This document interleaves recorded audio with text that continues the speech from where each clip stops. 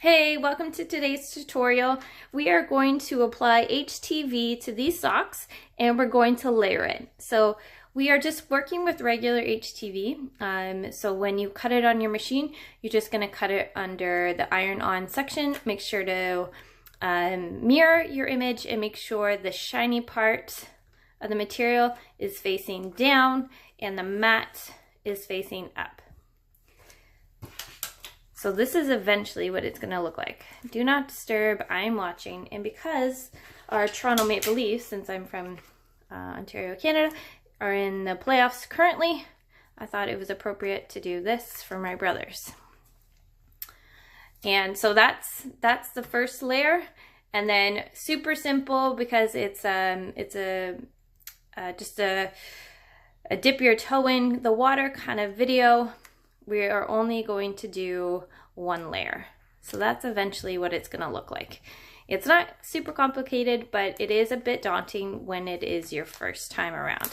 So it's a great newbie video. And so I am going to go ahead. I've already weeded it, but prior to the weed, because I have two brothers, I have two sets of these that I'm going to make. So I weeded one of them and I left one for this video to show you. So again, I just use a sewing needle. They're super thin to work with. And they're really sharp at the ends. They're really easy to work with. So unlike the glitter HTV that I did in my previous video, this stuff is a dream to work with compared to that. So you just pull back, and unlike vinyl, if you've used just regular 651 vinyl, you know that weeding your vinyl like this is almost next to impossible. So that's why I love working with HTV. It's super forgiving. You can be pretty much rough with it.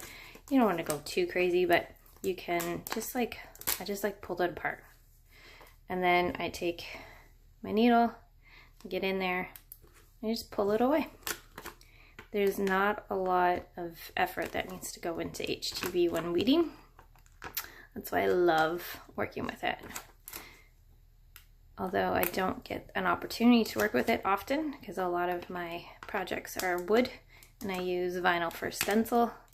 But when I do get to use HTV, it's a good day because my projects go by really quickly. I can get like 3 or 4 projects done pending my children. Okay, so anyways, that's how easy it is to weed, and voila, you're done. Okay, so I just use a regular iron. It's from Walmart. I think it was 10 bucks. Some people use heat press. It's all up to you. I don't have a heat press because I am super cheap. And because I don't use HTV often, I don't see the value for money on my end of it. But if you find that you are using a lot more HTV and you're ironing on a lot of material, by all means, go ahead. So what I do is, because there's a crease in here in the sock, I just take my iron and really quickly just flatten out any creases in my socks. This one's gone a little wonky on me. All right. And I'd like to, as much as possible, line them up so that when I do put the HTV on, they will look similar when they're on that person's foot. Okay, so here I'm just going to apply it. It kind of looks like it's centered. Okay, and now I'm going to apply it there. That looks pretty straight. This top of the sock is irritating me a bit.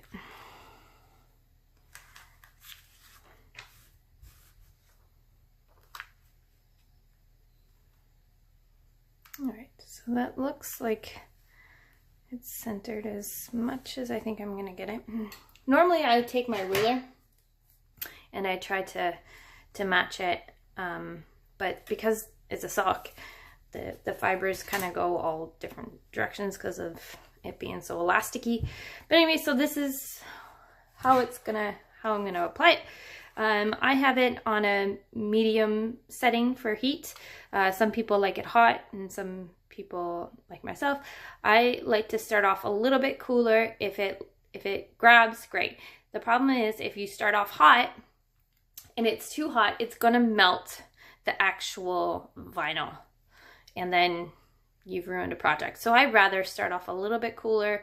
Hopefully it doesn't need more heat, but if it does, I'm able to turn it up a bit. Whereas if you start off hot, you don't have that option.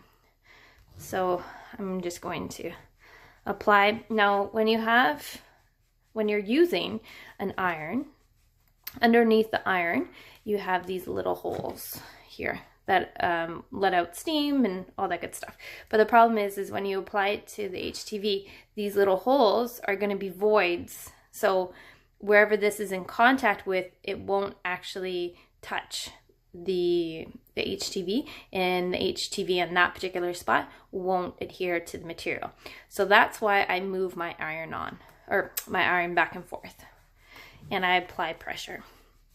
It's the pressure, not so much the movement.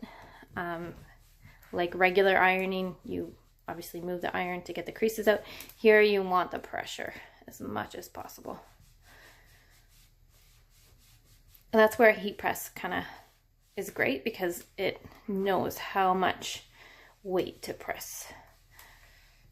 It does a really good job. But anyways, so that's that. I'm gonna pull this back and voila. So for purposes of this video, I'm gonna do the layering first. You obviously get the point on that. So this is my first layer that I will be doing. There we go. It's layered. Now, I like to put the transfer sheet that I used for this back on top. So when I move my iron, I'm not actually going over the pieces that are already adhered to my sock. And it saves me from melting this HTV.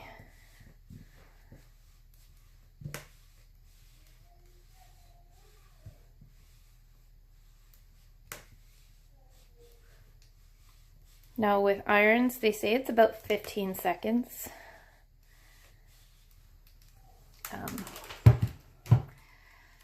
So you can use that as a guide. All right, so there you go. And that's layering. Just bring this up a little bit closer. There you go. All right, so if you have any questions, just shoot me a line, and I'll try to answer as best as possible. Have a great day. Bye.